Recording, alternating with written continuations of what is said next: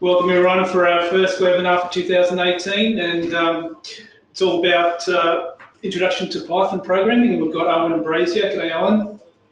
Hello, how you going? How you going, everyone?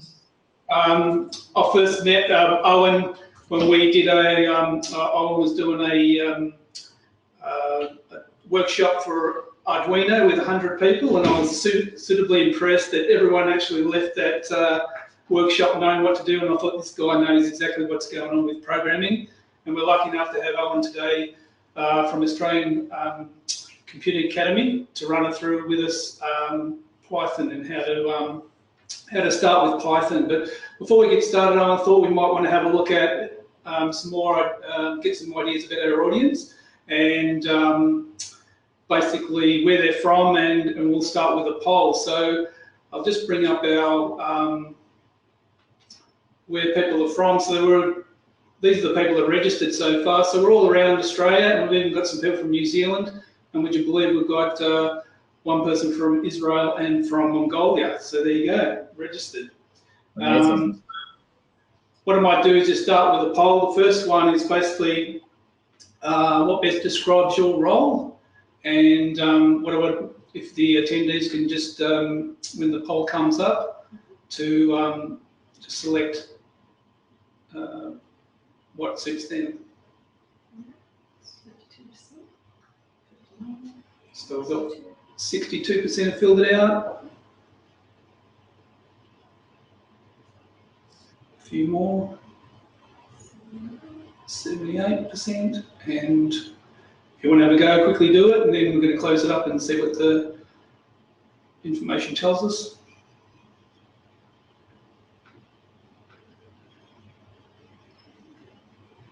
Okay. Okay, a fair bit of range. I think, yeah, good. There's lots of secondary people, which is good. Yep. So this is going to be more applicable to those people. Excellent. 38% are specialists. So there we go. So we might run the second poll. Thanks for answering those questions, or that question.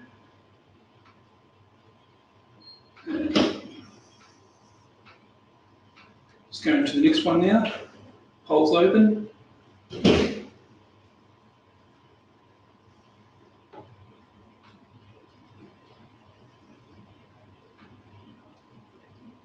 %58 have filled it out.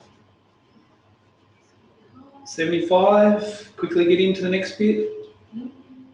And I'll close it off. So 38% have not used it at all, which is good to have people who are starting off from scratch. Some limited ideas, and then 31% can do some simple code. So again, a nice smattering of background and experience in that area. Well, we're not going to do anything too daunting today, hopefully. No. All should be good. And just the last one, the question about do you teach programming, just so we get a sense of where you're teaching at the moment.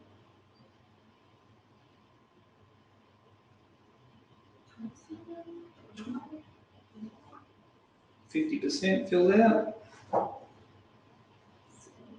75% filled out. And we might just close that off. So we've got nearly 20% not teaching, 42% have done some block-based, and 35% doing both block-based and text-based, and 3% doing the text-based. Okay, so Owen, I might throw it over to you now, and basically we sent out an email with some of the suggestions, the links that Owen provided us with. If you haven't got that, just go to the handout section on your control panel. We've put it up there as well. That way you can enroll in the course that Owen's doing today. Yep. You also said that you can heckle him. So if he goes too fast, you can say slow down. You can do that via the chat or the questions. Again, if you get stuck, just let us know. Do a shout out and say whatever section you're in, and let us know if you're having some problems. But I'll hand over to you, Owen, and we'll get started on our challenge. Okay, thank you very much, Martin. All right, so I think we're going to show my screen. All right, so I've just put a quick splash screen for everyone who hasn't got the handout open. All the links can be accessed by this URL, which is get.gl/aca-webinar-links, and that will just take you to a document which has all of the links for everything that you'll need. So I'm going to be doing all of the programming inside the Grok Learning platform, which is where all our courses are delivered. So we've written a bunch of courses that the Grok Learning company runs the platform for us, and they have lots of nice features like auto marking and teacher features, and this is why we're doing it through that. If you don't have access to that course or you can't figure it out for whatever reason, there's an alternative option, which is repl.it.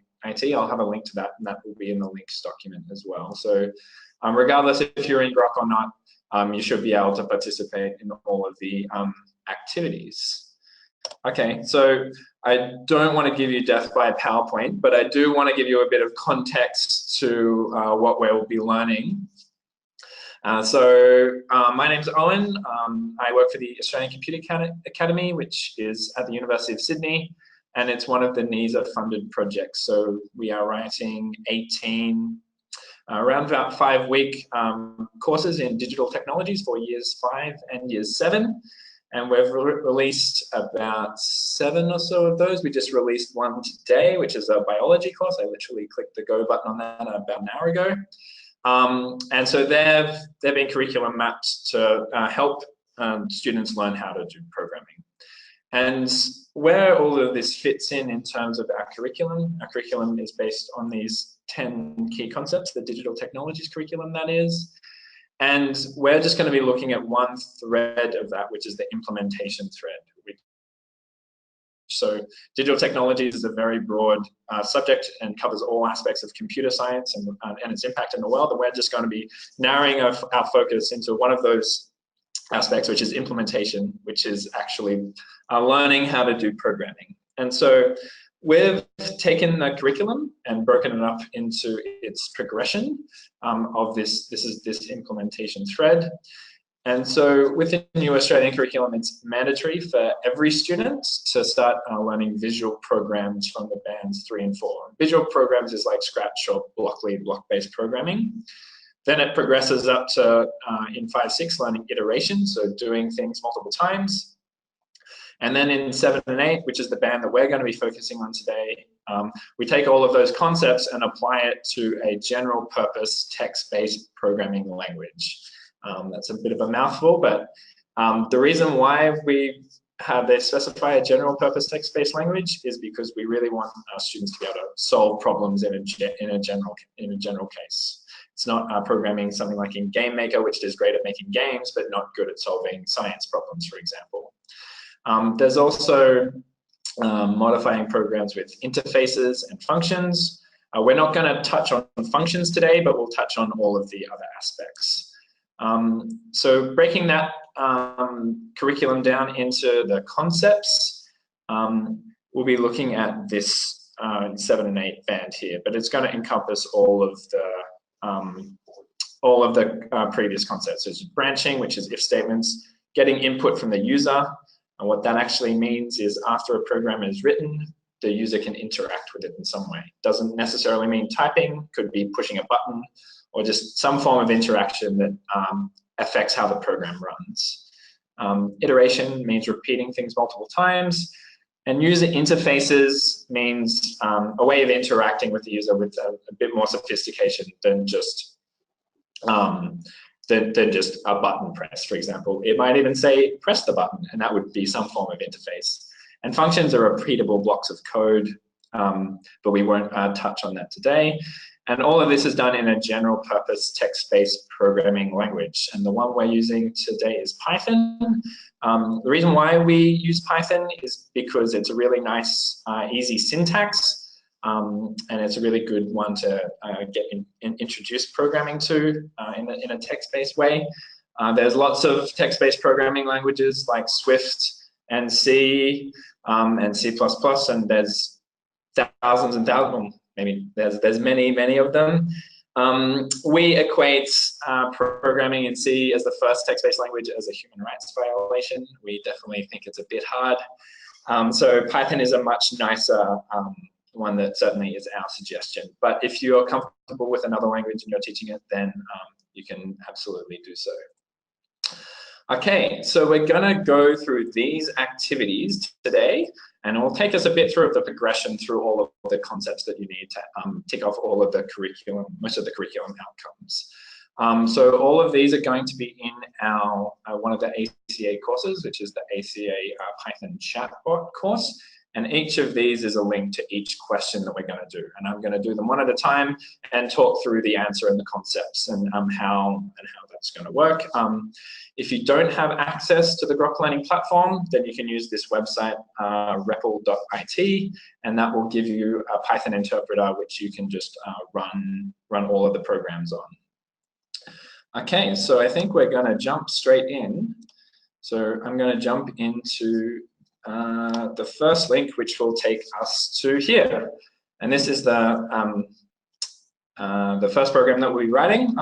My suggestion for all of you is to run 2 windows. So if you have one window on the right-hand side and one on the left, I recommend typing, viewing the webinar in half the screen and actually interacting with the program and writing your own code in the other half. So this is just my recommendation. If you're inside Grok, you'll notice that on my screen, when I make it half a window, I have a note slide which has what the question is and a code window where I actually type in my code. Okay, so that's all the formalities out of the way. I'm going to use the full screen one. That's just my suggestion to get set up so you can actually interact with everything that I'm doing. Okay, so the first question traditionally in computer science is to print some output to the screen. And in Python, we can do that using the print function. So print is the function, and it's inbuilt in the Python language that we can type in some text and it will print it out. So the text that we type has to be enclosed by these double quotation marks. And if I type in some text, hello world, and close it off with a capital brace, there's a run button here, and I can click run, and then it will produce my output down the bottom of the screen, which is hello world. So I'm pretty lazy. I haven't really read the question correctly, but I'm going to go ahead and mark it and submit it anyway. Hopefully this doesn't take too long. We do the internet dance for a second, maybe several seconds. It's great when you're running a demo and the first time it hangs for a second. If I let it go for too long, I'm just going to refresh the page. Okay, all right. It did not produce my output modal, unfortunately. Hopefully it did with you if you're following along inside the Grok platform. But the reason why we use this platform is because we really want to guide students towards a solution. So by marking each problem, we can run a whole bunch of test cases to have as many ticks as possible and guide students towards the correct answer. So we test that the words are correct, we're testing the white space is correct, but here we're saying our program did not print the correct punctuation. So this is what our program was, and this is what it was meant to do. So I can go ahead and change it. Hello world. And hopefully this time it will actually mark it. There we go. So now my punctuation was correct. I did not use the correct capitalization. And this can be a bit frustrating for students when they're getting started. But the thing to remember is that computers are really dumb. They're really dumb, and if they don't know exactly what the answer is, if it's not exactly what it was expecting, then it's gonna mark it incorrect. So we're getting very exact in our science. So here we're making sure the capitalization is correct. And finally, we can run this program and submit it.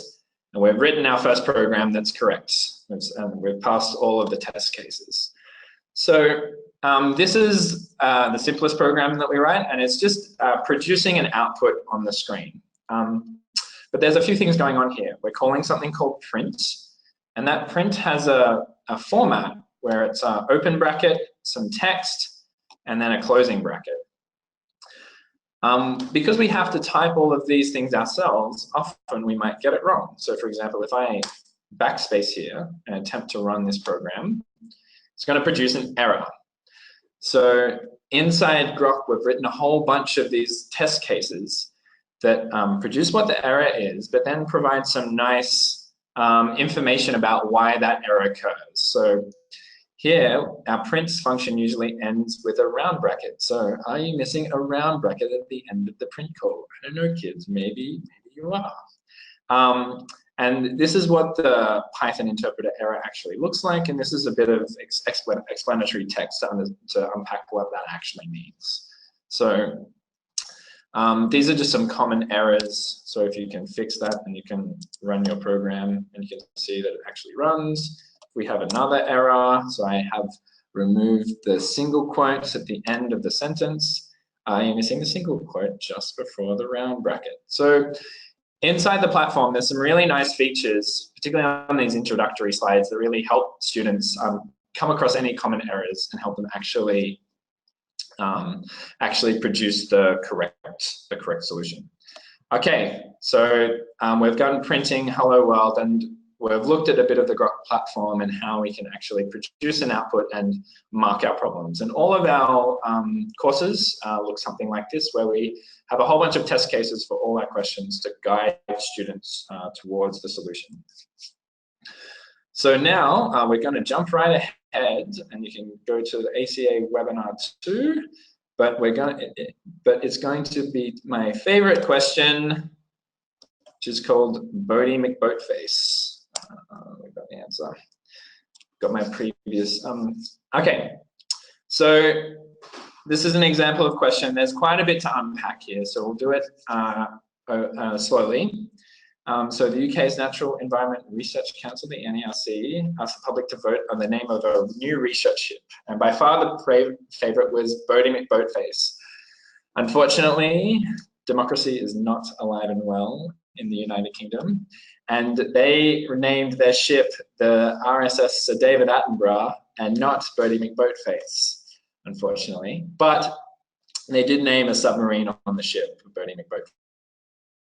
So we're going to write a name generator where we take in a word and produce an output that is something like Bodie McBoatface. So this is introducing a new concept in the curriculum, which is taking in user input. So we're going to take in user input, and we need to save that information in something called a variable. So a variable is something that just stores any type of information. So you can think of it like a box. That's an example that we usually give. A box may take lots of things in it, but things is not a particularly good descriptor. So if I'm moving house and I've got a whole box labeled with things and stuff, then it's not going to be very helpful for me to decide what is stored within those things. So if I'm putting my kitchen stuff in a box, I'll label it kitchen stuff, and then I'll know where it goes. And so variables have a label, just like in a box, and the contents that's inside it can change. We can put different things in and out of it. So we're going to take in a word. So that's what my variable is going to be called.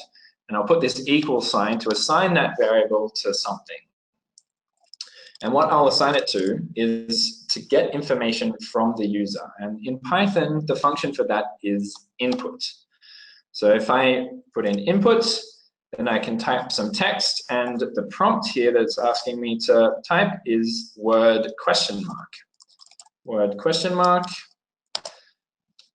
Okay, now if I run this program, I can type in, ooh, I don't think there was a syntax error because it ran. If I type in word and I type in boat, I hit enter and nothing happens.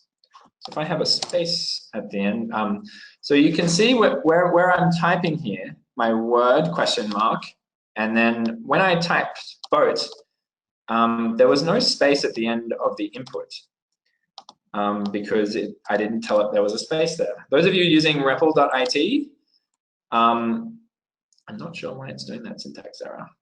repl.it will actually insert a space automatically for you. They've just modified Python to do that to make it easier, I think. I'm just going to refresh the page because I don't think that syntax error should actually be occurring. Okay. So what I'm unpacking what I'm doing here. When I run this program, I'm taking in information from the user, which is some text. And then when me as the user hits enter, it will take that word boat and save it inside the variable word. So now to produce that output back again, I can print it out. So just like the print function from last time, we can print word or whatever we call this variable. It's good practice to make sure our variable names reflect what we're actually storing inside them. So if I run this program now, I can type in boat and hit enter, and it's going to print out boat. This may seem fairly straightforward, but this is by far the hardest concepts for students to grasp throughout the whole course. And we have quite a lot of data on this, actually.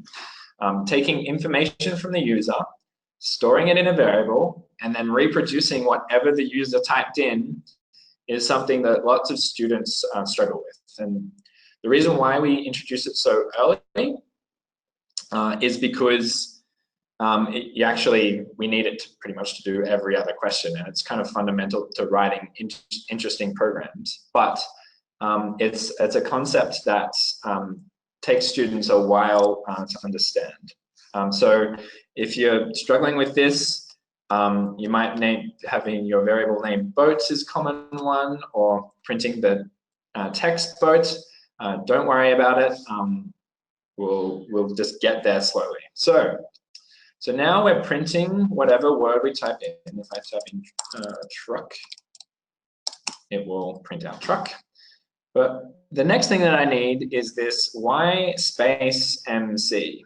So in Python, we can use the plus button to concatenate strings. So here, I'm taking in word, then I'm adding to that y, and then an MC at the end.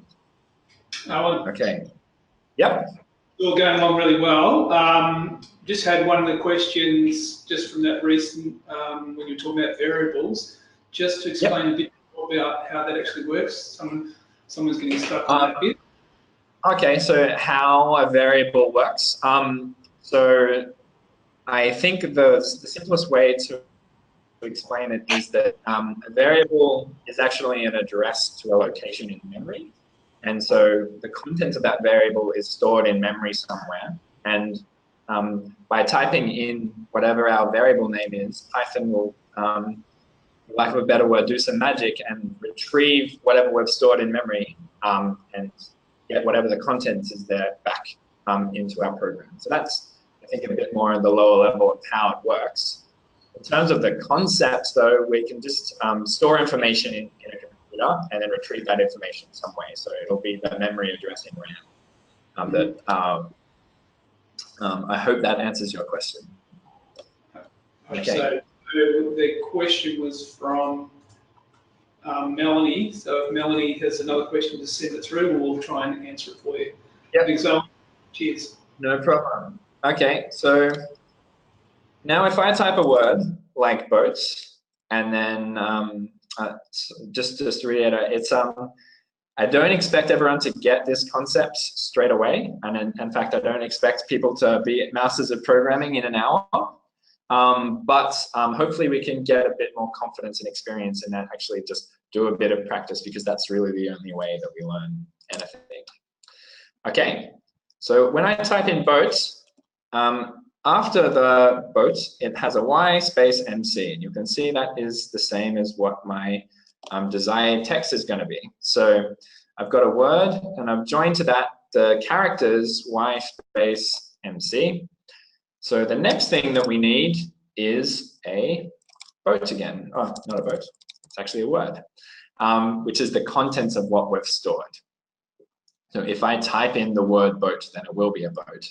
And so if I run this program, I can type in boat, and it's going to be Boaty McBoat. And so how I like to solve problems is to iteratively build up to the solution. I don't expect the solution to work straight away. I just want to, because it doesn't really matter, we can run this as many times as we want. We can think of the computers as our slaves doing our bidding. And they're really dumb, but they're really fast. And so we can just tell them to do things over and over again. So to finish this question, the thing that we need at the end, we've got Boaty McBoat. The thing that we need right at the end is the character's face. And so by running this, I can type in boat, and then I get Boaty McBoat face. If I type in Nikki, who's a colleague of mine, it'll be Nikki McNicky face. And if I type in Martin, it will be Martini McMartin face. Okay, so I'm pretty happy with that. We can submit this problem, and we've got everything right. So you can see all of the test cases that we're testing with this, and then well done coding code face. Okay, so this is building on another concept of what we've done. So we've done printing, which is producing an output. This is taking in input, storing it, and then using it in some way, user input, to affect how the program runs or affect what the output is going to be. Okay, so our next problem is going to be introducing a new concept, which is decisions and making decisions. And the question that I'm linked to is going to be this one called Cheap Tuesdays. So our local cinema has a special on Tuesdays, so tickets are cheap. However, you want to hang out with your friends, you're happy to go on any day, write a program to organize a day. If it's Tuesday, we should print great, Tuesdays are cheap. But if it's any other day, we should, and then print I want to see Finding Dory. If it's not Tuesday, we just print I want to see Finding Dory. So how we can break this down into a flowchart is we make a decision, just like this, and depending on what the answer is, we'll branch in a different direction. And so in a flowchart, this looks like a diamond. So you can think of these as true or false, or just yes or no questions. So here we're asking if it's raining. The answer to that question is yes, we'll go this way. Otherwise, we'll go no and do something else. And how we can interpret that in code. Well, the first thing we need at the top is we're asking the user a question again. So it's going to be, we're taking in a day. So I'm going to call our variable day. And input gives us the prompt of what we want to ask the user. And so I'm pretty lazy. I'm just going to copy and paste that, because why would you type when the computers can do the job for you? So I can run this program and that's all running, but it doesn't do anything because I'm not telling it to produce an output. So computers are really dumb. They'll only do things when you tell them to. They won't do anything else. So now we want to make a decision based on what day the user types in. If the day is Tuesday, then we want to print great, Tuesdays are cheap. Otherwise, we want to print I want to see Finding Dory anyway. And so how we can make this decision in Python is using an if statement. So we can just write the words if. And the if statement wants to compare two things. So on the one side, we're comparing day, which is the variable that the user typed in, equals will compare, I'll just go equals Tuesday. So this is our complete if statement. If one side, day, is equal to Tuesday, and then a colon. So this equals sign compares this one side against this other side. And if they're equal, it results to be true. And if they're not equal, then it will be false, and this block of code won't run. And so the block of code is going to be indented. So I'm going to copy and paste the answer here. Great, Tuesdays are cheap. So I can run this program now, and if I type in Tuesday, it's going to compare that Tuesday, which is in day, to what I'm testing it against. And if it's true, which is yes, it says great, Tuesdays are cheap. If I type in Wednesday and I spell it incorrectly, it doesn't print anything because this condition was not satisfied, so it jumps down to the next line. There was nothing there, so it just terminated. So finally, we can print, I want to see Finding Dory. Okay, and I can run that code. If it's Tuesday, great, Tuesdays are cheap. I want to see Finding Dory. If it's Wednesday, I'm going to see Finding Dory. If it's Bloods Day, it's also going to print I want to see Finding Dory. The only thing it's comparing it if the day is Tuesday. And you'll notice in Python that it has this indentation to say that this is inside this if statement. And when I undent or dedent or antident, I think it's unindent, then I'll break out of this if statement. So the good thing about this compared to other programming languages is that it has to be nicely formatted in order for the program to work. So it doesn't rely on squirrely brackets like if you programmed in Arduino or C++. So that's one of the nice things about Python. So I can mark that. Is there another question? Yeah, it's a question for me. When you were talking about the colon at the end there, what yes. Can you just go back over that again? Okay, excellent question. Thank you, Martin. So in Python, the if statement is finished by a colon. The colon denotes that this is a control structure, and that this is the end of that control structure, and that the next line should be indented. So I can add, this is not part of the course, but I can add for day equals Saturday. And then I can still test this statement or this statement in the one control structure. And this is a bit advanced, but what we're doing here, this semicolon denotes that this if statement has ended, and that's what the colon states. Okay. So you can add multiple things to that. So yeah, excellent question. Thank you, Martin. So it's important to note that we can actually have multiple statements inside an if statement. So we could say, and this will introduce a couple of concepts, let's buy some ice cream with the money we save. And you'll notice here that this part is green and strings are green. String is text in programming, but this other part is all black. And so it's giving me a hint through the syntax highlighting that something is wrong here. And the thing that's wrong is my print statements start and finish with a single quote mark.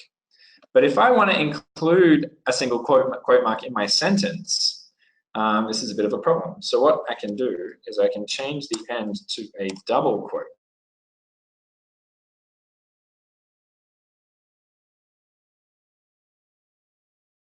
mark and make sure that's reflected at the end of the sentence that I write. And so if I run this now, and it's Tuesday, and I can type, you can see that both of these statements are printed. So we can have as many statements as we like inside our if statement, and they'll all execute. And the key to them executing is that they're the same level of indentation. Python also lets us catch everything else. So, so if it's not Tuesday, we might say, I don't have any money, so we can't go to the cinemas because it's not Tuesday. So if we run this program here and it's Tuesday, great, Tuesdays are cheap, let's buy some ice cream with the money we save. But if it's anything else, Wednesday, we can't go to the movies because we don't have any money.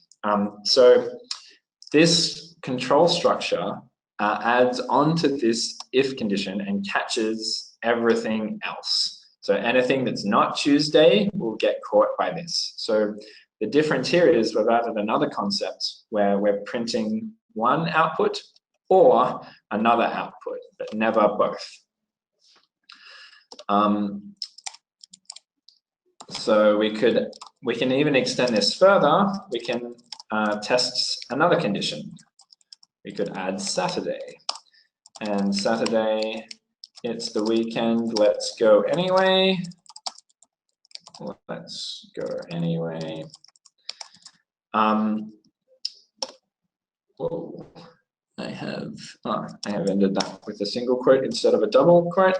So now what I've added is an elif, which is sort of short for else and if. So if this statement is not correct, then and only then will we check this next statement, and then this output will occur. Is there a question, Martin?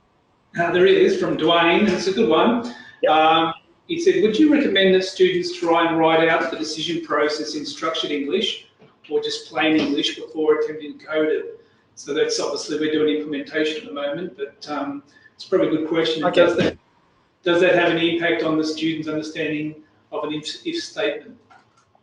I think I wouldn't, if you're writing it out by hand and you wanted to understand the concepts, then it's very helpful and useful to write it in sort of informal structured English, which we call pseudocode.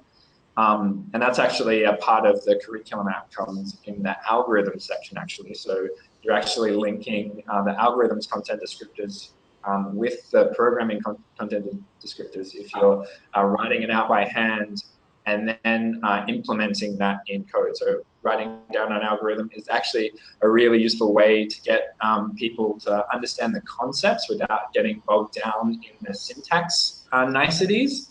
And so that's absolutely a good way to go about teaching students. Yes. Yep. Sounds like a good idea. Yeah, I would caution against making that too formal. As long as they're understanding the concept of branching, just like a flowchart, for example, and following that and then writing that down in English, that's fine. I wouldn't be marking kids down if they're not adding the colon to their handwriting. I think that's not helpful at all.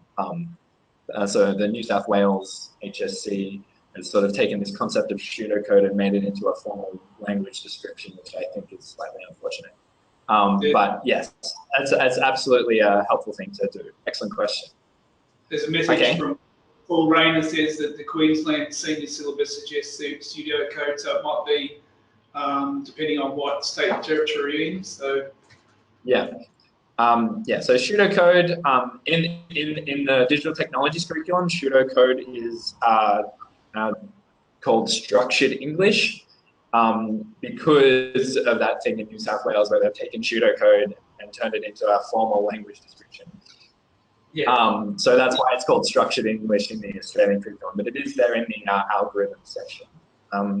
Okay, so we're gonna move on. Excellent question, guys. So just come back to our concept. We've added a new one here, which is we've got it taking input from the user and storing it in a variable, testing that variable against some condition. We've got this double equal statement to test if it's exactly the same.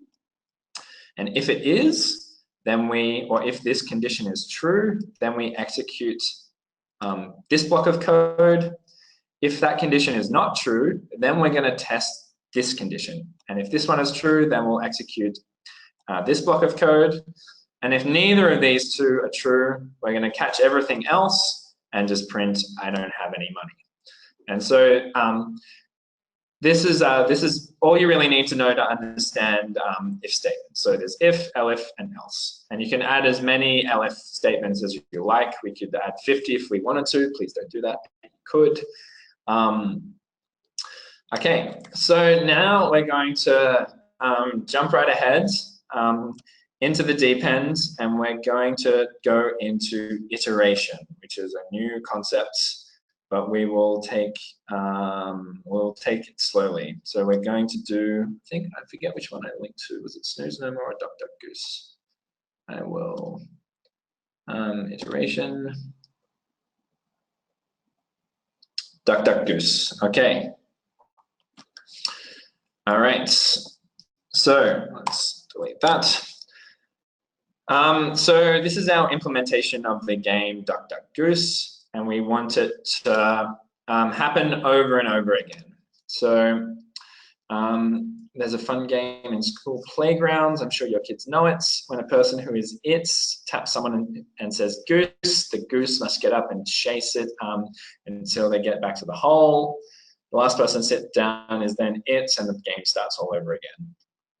So your program should repeatedly ask the user, repeatedly being the key word here, to saying we're doing things over and over again. Ask the user pick until the user enters now. If the user says anything else, your program should print out duck and ask the user for input again. Okay, so let's build this thing one step at a time. So unpacking this question, we're asking the user for pick repeatedly. So let's just do that once. So I will call it, I don't know what we're storing. We're storing word, I'll call it goose, why not? Goose equals input, pick question mark. And remember, I'm adding the space to the end here. And so that's going to be the input from the user. And so I can build my control structure here. What am I checking? I'm checking if the user says now. So if goose equals now, then what do? We print out goose now run. Okay. Your program should finish by printing out goose now run. Because we want to do things over and over again, I'll actually remove that for a second. Python has a control structure called while, and this is a while loop. And if you look in the notes, you'll see that there's examples of the while loop beforehand. So a while loop repeats something over and over again while a condition is true. So inside this command, we're taking an input from the user, we're saving it in a variable, and we're testing that condition against some condition. So while command is not equal to stop. Inside that, we're printing command, and then we're getting the next command. So if I run this program here, and I print in a thing, you entered a thing. And then my next command could be another thing. You entered another thing. I'm just going to print it whatever back at me. Something, because my brain is not really working. You entered something, and as soon as I enter stop, what's going to happen is it's this line. It's going to take in this input command. You can see that the command prompt is at my screen. It's going to save command, the word stop inside command. And here, command is going to equal stop. And when I hit enter, it's going to break out of this while loop and print the word stopped. And so that's going to be the end of my program. So we're going to do a similar thing here. We're going to see while goose is not equals this time, but not equal to now. So while goose is not equal to now, this is our exit condition of this while loop. We want to do something. And so that something is going to be, so we know it's not now here. We're going to say duck.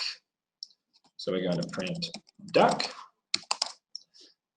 Okay, and then we're printing duck each time it's not now. We're going to get a new goose equals input pick. Okay. Okay.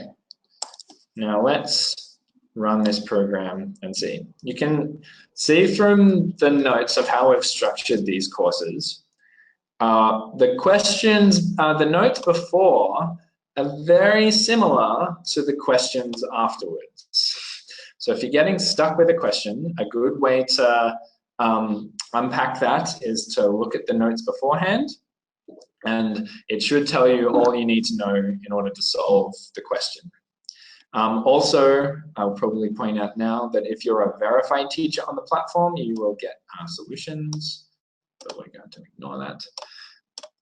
And if I just run this program, it's going to ask me to pick something. I'm going to say you. It's not now, so we're going to print out duck and then ask for pick again. I'm going to say not you. It's going to print out duck. No, no, no. No, no, no, no, no. It's going to print out duck. And whenever I type in the words now with a capital N, it's going to change this condition. So while goose is not equal to now, we're going to keep doing this loop over and over again. But if goose is equal to now, then we're going to break out of this while loop. And nothing happens because we haven't told it to do anything. So what the final thing that we're going to tell it to do is to print out the word goose. Now run. Okay. So this while loop is also a control structure. It also has the same format. It has a colon at the end. Inside the colon is this indented text, which is saying what is inside this while control structure. So it wasn't an if this time, it was a while.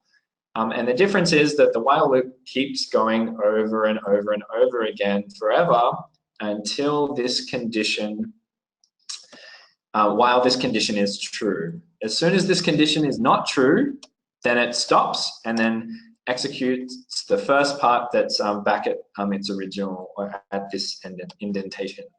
So that's what a while loop does. And that's looking back to our curriculum, which is here. We're looking at iteration or repetition, which is still a year 5 and 6 band concept, except in blocks, you don't have to type everything out. But we're adding another concept now. So here, I can mark this question and hopefully, oh no, it failed the test. It was meant to output, right, it says goose now run. There is it was meant to output a double dash, so I got it wrong. I'm pretty sure this question, I probably need to fix that. Okay, double dash. If I run it, if I type now, whoa, here. Yes, question. Yeah, I've got a question from Michelle, and basically the question is just about the single and double quotes. You started mentioning about when you use the single quotes. Excellent question, Michelle. So a string or some text in Python can have either a single quote or a double quote around it. It doesn't actually matter. I tend to like single quotes because it looks a bit neater, but that's just a personal preference. They're actually the same in terms of surrounding a string with single quotes or double quotes. The reason when you need double quotes when you have a single quote is when you have a single quote in your text, like the word let's, for example. Here, because I'm surrounded by a double quote, I can have a single quote inside this whole string and it doesn't matter because the thing at the end is this double quote. However, if I was to surround this by a single quote each time, like this, you can see here that the syntax highlighting has changed, so the colors have changed slightly, and that my string starts here and ends here, and I have this apostrophe S thing. If I try and run that, it's going to give a syntax error because it does not understand what this is trying to do. So it'll throw an error here, invalid syntax, because this is all a bit weird. And so if I make that a whole quote, then it will understand that that's a string. If I type in let's, then it will compare this side against that side, and that will satisfy that condition.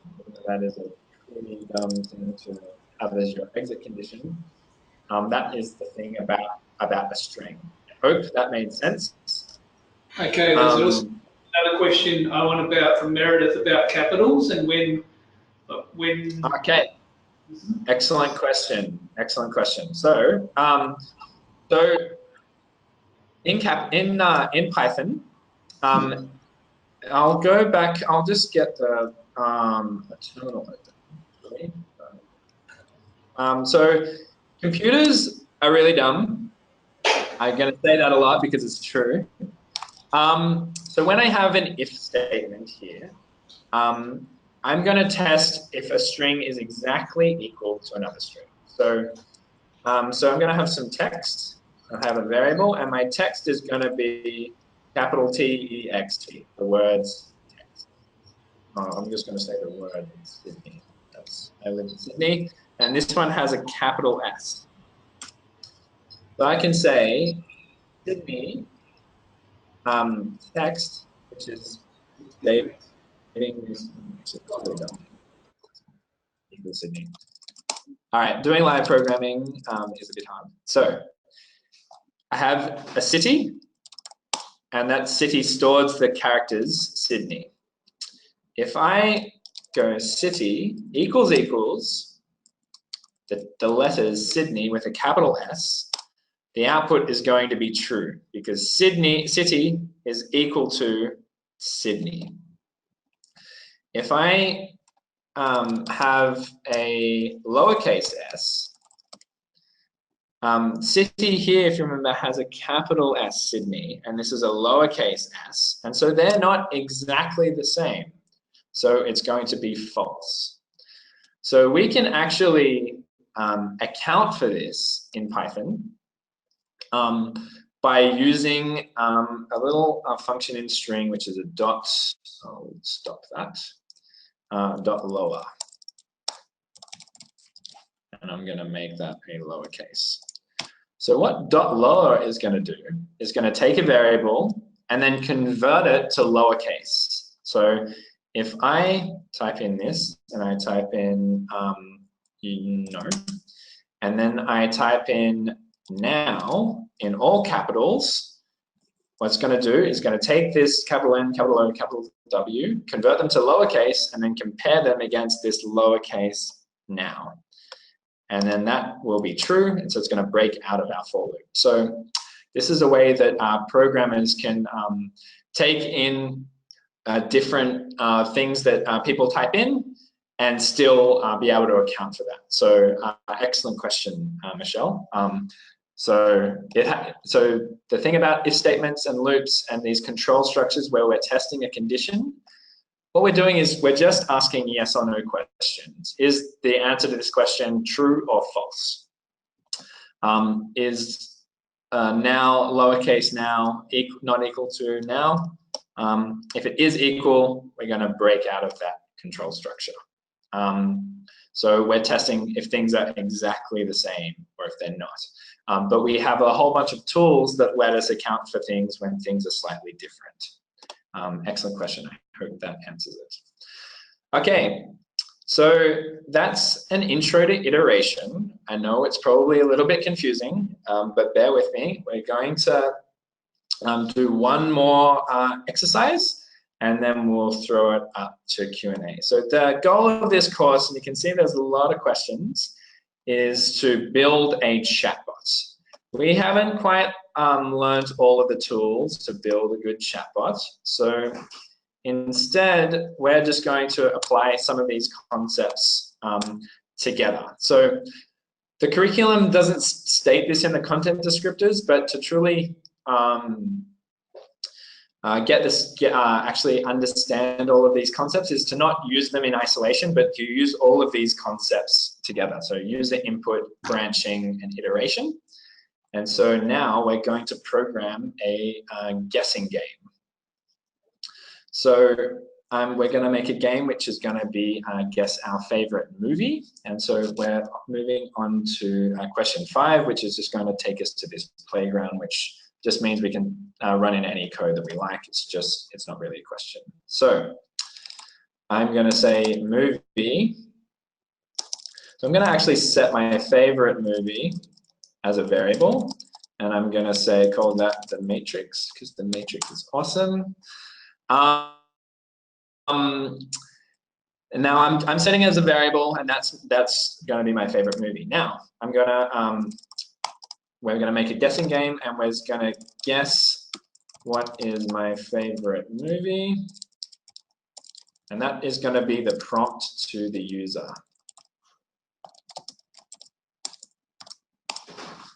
And we're going to save whatever the user types in this variable called guess.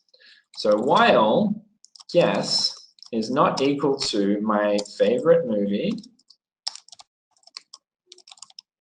you can see I'm using two variables this time because I can change this at the top to whatever I like. So while guess is not equal to my favorite movie, we haven't gotten our guess correct. So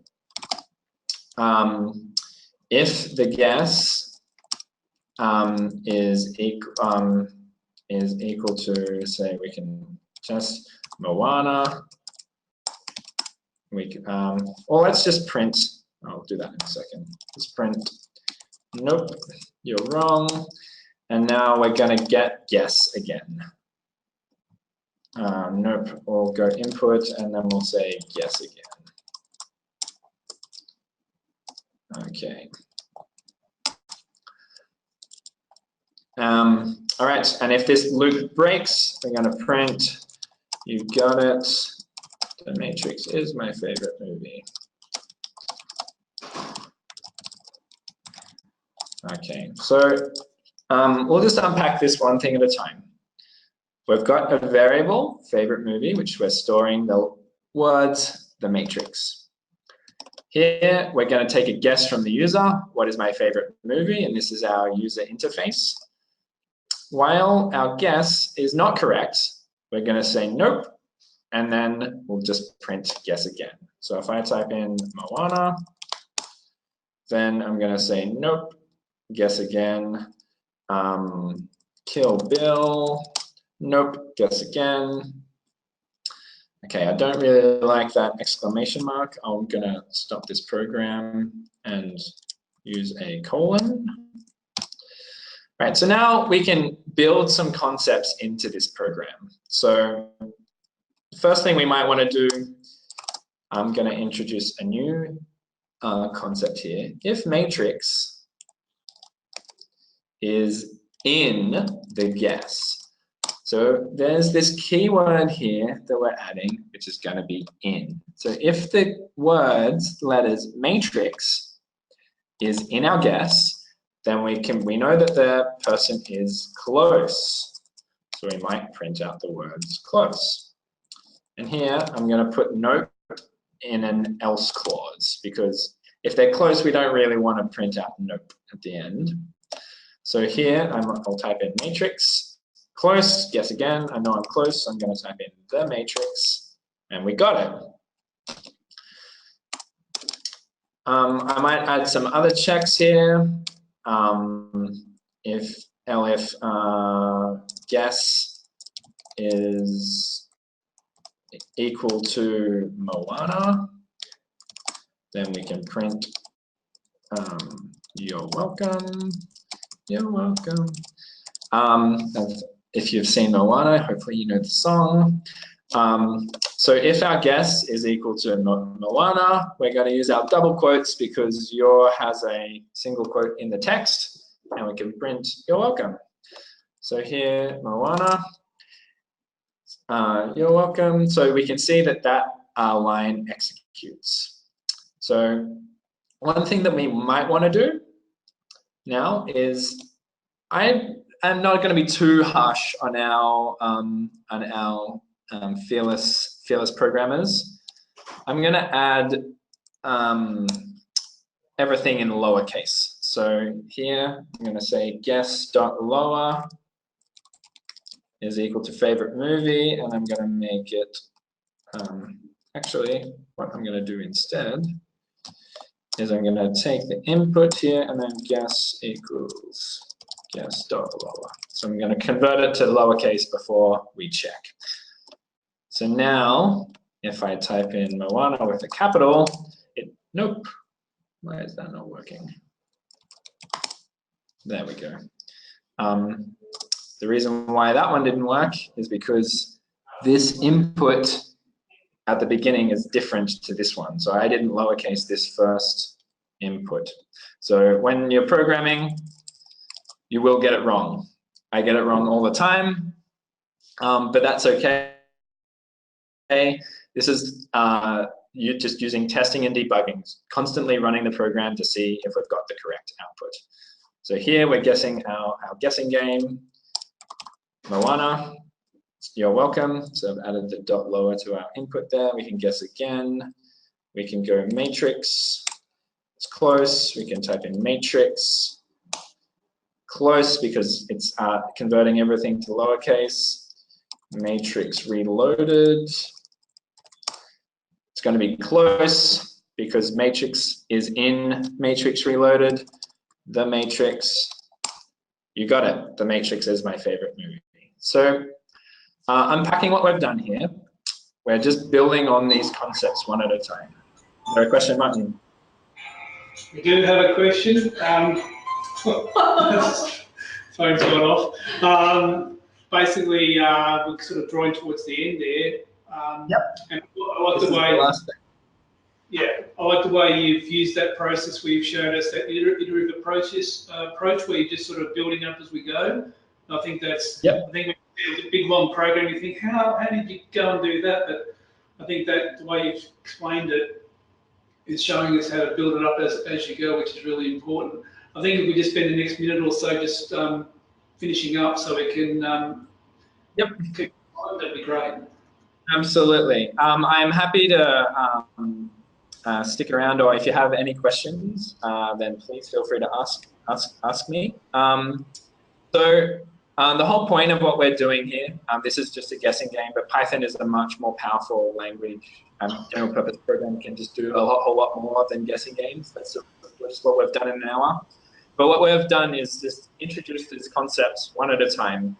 And as you're teaching digital technologies, particularly in the first year, if we look at our curriculum, if these students in year 7 are starting here now, and they haven't done any of these previous concepts before, then it's not fair on them to expect them to know everything straight away. You should absolutely be teaching the students at their level. So doing general purpose programming or doing visual programming in year 7 for the next few years is absolutely fine.